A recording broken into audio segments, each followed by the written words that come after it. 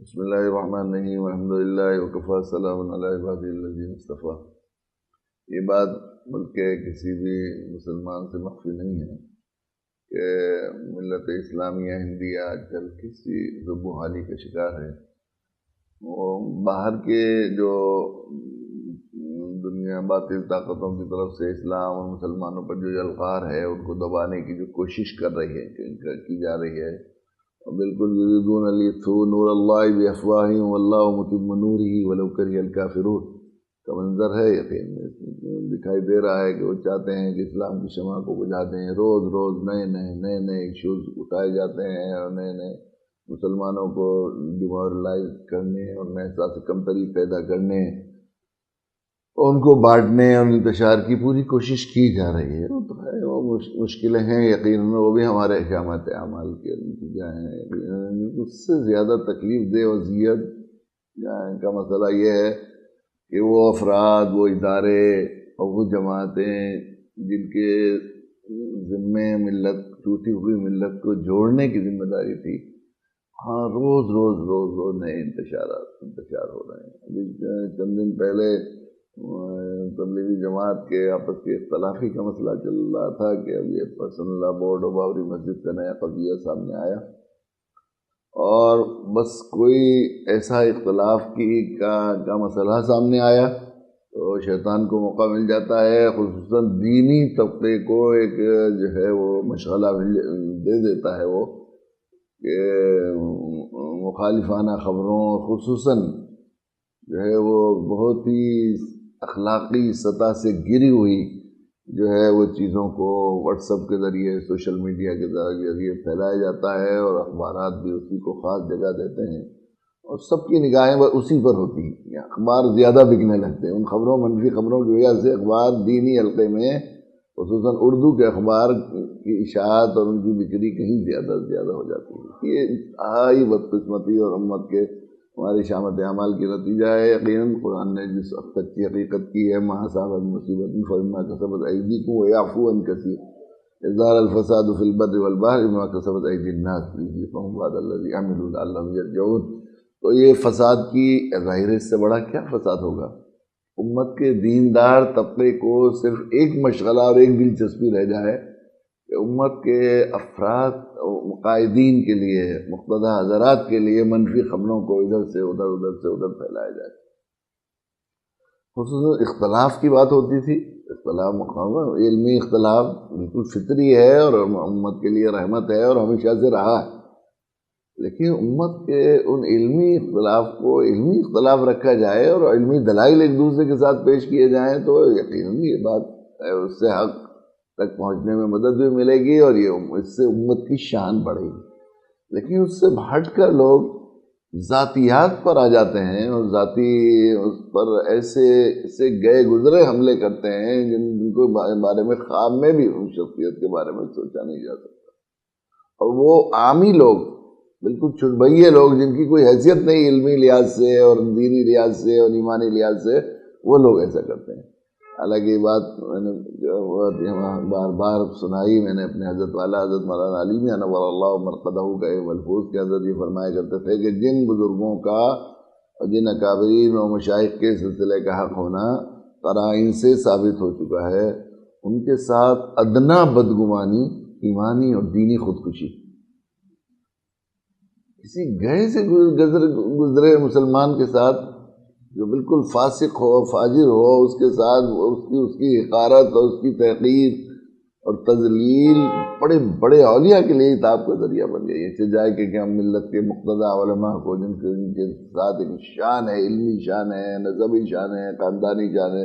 ان کے خلاف ہم جملے بازی کریں اور طرح کے الزامات ان پر عائد کریں۔ اس سلسلے میں ابھی حضرت مولانا سلمان حسینی دامت برکاتہم جو میرے مخدوم محترم بھی ہیں، ان کے خلاف ایسے گئے گزرے کلپ آئے۔ یقیناً یہ بات بہت ہی افسوس کی بات ہے۔ جہاں تک علمی اختلاف ہے، ان کی رائے سے اختلاف ہونے کا مسئلہ ہے، یا رائے کے صحیح یا غلط ہونے کا، انسان سے غلطی ہو سکتی ہے، اجتہادی غلطی ہوتی ہے، فقہا سے، بڑے فقہا سے ہو سکتی ہے، ایک رائے کے اختلاف کی بات ہے، وہ کہا جائے اور ان کو راضی کیا جائے، ان کو دلائل دے کر ان کو اس بات کا قائل کیا جائے کہ یہ راہ صحیح نہیں ہے، تو وہ تو بڑوں کا کام ہے، وہ کر رہے ہیں اور الحمدللہ بڑے موجود ہیں۔ لیکن جہاں تک ان کی ذات پر ایسے حملے بولے جائیں اور یہ کیا جائے، بہت ہی بری بات ہے، بہت ہی، اس لیے کہ وہ ہر لحاظ سے قابل احترام ہے۔ سب سے بڑی بات یہ ہے حضرت مولانا سلمان صاحب کے ساتھ کہ وہ سید ہیں، نبی سے محبت کا، سیادت کا حق ہے کہ ہم لوگ ان سے آخری درجے محبت و احترام کریں۔ اور نجیب الطرفین صدر سید ہیں کہ ماں ان کی حسنی سید ہیں، والد ان کے حسینی سید ہیں، دونوں طرف سے بڑی عالی نسبت ان کی ہے، یہی کافی احترام کے لیے۔ پھر ان کے پاس علمی سیادت، کیسا علمی مقام ہے ان کا، کیسا، اور زمانے سے، اور اس کے علاوہ تقویٰ و شرافت میں، احتیاط میں، اخلاص میں، انتہائی غیرت و حمیت میں، ہندوستان میں ان کی مثال ملنا مشکل ہے۔ اور میں خود ایک زمانے سے، نومری کے زمانے سے ان سے الحمدللہ ان سے تعلق رہا ہے، اور جو ہے ان کے ساتھ جانا ہوا، رہنا ہوا ہم لوگوں کا، ان سے استفادے کا پورا موقع ملا ہے۔ تو میں نہیں، خاص طور سے ایسے حملے کہ وہ جو ہے وہ نعوذ باللہ مودی سے کچھ حالات تھے، ان سے ڈر کے صلح کر لی ہے، یا ابھی وہ ایک غیر مسلم نے جو ہے اپنے موقع سے فائدہ اٹھا کر اپنی سیاست چلانے کے لیے اور اپنی روٹیاں سیکنے کے لیے اور انتشار کو بڑھانے کے لیے ایک الزام لگایا کہ وہ 50,000 کروڑ روپے اور اتنی زمین کی ڈیل ہوئی ہے۔ یہ چیز تو جو شخص ذرا بھی مولانا سے واقف ہوگا، مولانا کی شخصیت سے واقف ہوگا، وہ تو خواب میں بھی نہیں سوچ سکتا کہ وہ مولانا کسی سے ڈر کر، کسی سے دب کر، ان کی زندگی کا امتیاز یہ ہے کہ کسی سے ڈر کر، کسی سے دب کر یا کسی لالچ میں کوئی فیصلہ کر سکتے ہیں۔ رائے ان کی اوپر ہو سکتی ہے، یقیناً اپنی صلاحیت کے وہ شخص ہیں، ان کی صلاح، ان کی نیکی، ان کی نیت پر شک کرنا، اس کی تو کسی حال میں بھی گنجائش نہیں۔ میں بالکل بہت اعتماد کے ساتھ اللہ کو بروز حاضر ناظر جان کے یہ بات کہہ سکتا ہوں کہ مولانا کی نیت پر شک کرنا، اس کی تو گنجائش نہیں، اس لیے کہ اس کے تو وہ بھی حضرت مولانا سجاد صاحب جو ان کے بچپن کے رفیق ہیں، وہ خود کئی دفعہ مجھ سے انہوں نے کہا کہ ہم نے ایک دوسرے کا کمر بند باندھتے تھے، اس وقت سے میں جانتا ہوں، مگر وہ مجھ سے بہت فائق ہے تقویٰ و سلام ہے اور اخلاص، یہ بات صحیح بھی ہے۔ اور مولانا بلا شبہ اللہ تعالیٰ عمر دراز کرے حضرت مولانا سجاد صاحب نعمانی کی کہ انہوں نے ایسے مشکل وقت میں جو وضاحتی بیان دیا ہے وہ اتنا بالکل وراثت نبوت کا حق ادا کرنے والا ہے۔ یقیناً انہوں نے ملت کو ایسی ضرورت ہے کہ ایسے ضبط اور ایسے صبر سے کام کرے، اللہ تعالیٰ ان کو دراز فرمائے، انہیں غربت سے بچائے اور باطل فتنوں سے اور ان کے شرور سے اور ان کی شر پسندوں کے شر سے اللہ تعالیٰ ان کو محفوظ فرمائے، ان کو صحت و عافیت کے ساتھ لمبا عمر ہمیں عطا فرمائے۔ تو وہ خود قائل ہیں ان کے، جن سے ابھی اختلاف کے سلسلے میں آمنے سامنے رکھا گیا ہے، وہ ان کی صلاح کے قائل ہیں، تو ان کی نیت پر شک کرنے کی کسی بھی طرح گنجائش نہیں۔ اس لیے میری درخواست خصوصاً اپنے اہل تعلق و دوستوں سے ہے اور ملت کے تمام لوگوں سے ہے کہ جو ہے وہ اختلاف، رائے کا اختلاف، علمی اختلاف، یا ان کی وہ جو ہے وہ صحیح نہیں ہے، یہ کہنا تو اس کی گنجائش ہو سکتی ہے، لیکن ان کی ذات پر اور ان کی نیت پر اور ان کو یہ سمجھنا کہ انہوں نے کوئی ڈیل کر لی ہے یا کسی چیز سے ڈر گئے ہیں، اس کے بارے میں اللہ سے ڈرے۔ ہرگز یہ بات کسی بھی طرح صحیح نہیں ہے۔ یوں بھی مومن کو اچھا گمان رکھنا چاہیے ہر ایک کے بارے میں۔ میری کوئی حیثیت نہیں ہے، کاش اگر میں کسی لائق ہوتا، اس حیثیت کا ہوتا تو میں اپنے بزرگوں سے بھی یہ بات کہتا۔ پرسنل لا بورڈ میں ایسے کابرین اور ایسے بزرگ موجود ہیں، ان کی خدمت میں، ان کے پاؤں خدمت قدموں میں پڑھ کر یہ بات درخواست کرتا کہ حضرت وہ ایک ایسی بڑی شخصیت ہیں حضرت مولانا سلمان صاحب کہ ندوے جیسے ادارے 50 سینکڑوں سال میں ایسا کوئی فرد پیدا کرتے ہیں، بڑی صلاحیت کے ہیں، ان کو جو ہے بلائے جائے،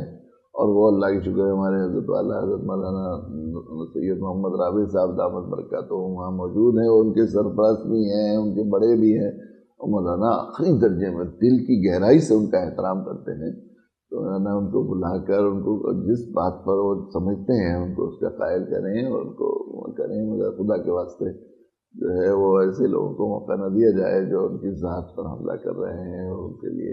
ان کی صلاحیت، وہ جو ہے ان کی دینی اور نیت، اخلاص اور ان کی حمیت پر جو ہے وہ حملے کر رہے ہیں۔ تو میری درخواست اس وقت یہ صرف اس کی ضرورت اس لیے دل بہت ٹوٹ رہا تھا اس بات سے. بعض ساتھی ہمارے سمجھ رہے تھے کہ اس وقت کوئی جو ہے وہ یہ پچھلی چند دنوں کی جو مولانا سے میرا تعلق اور ان کو مجھ سے عنایت کا تعلق ہے، اصلاح کے سلسلے میں انہوں نے کچھ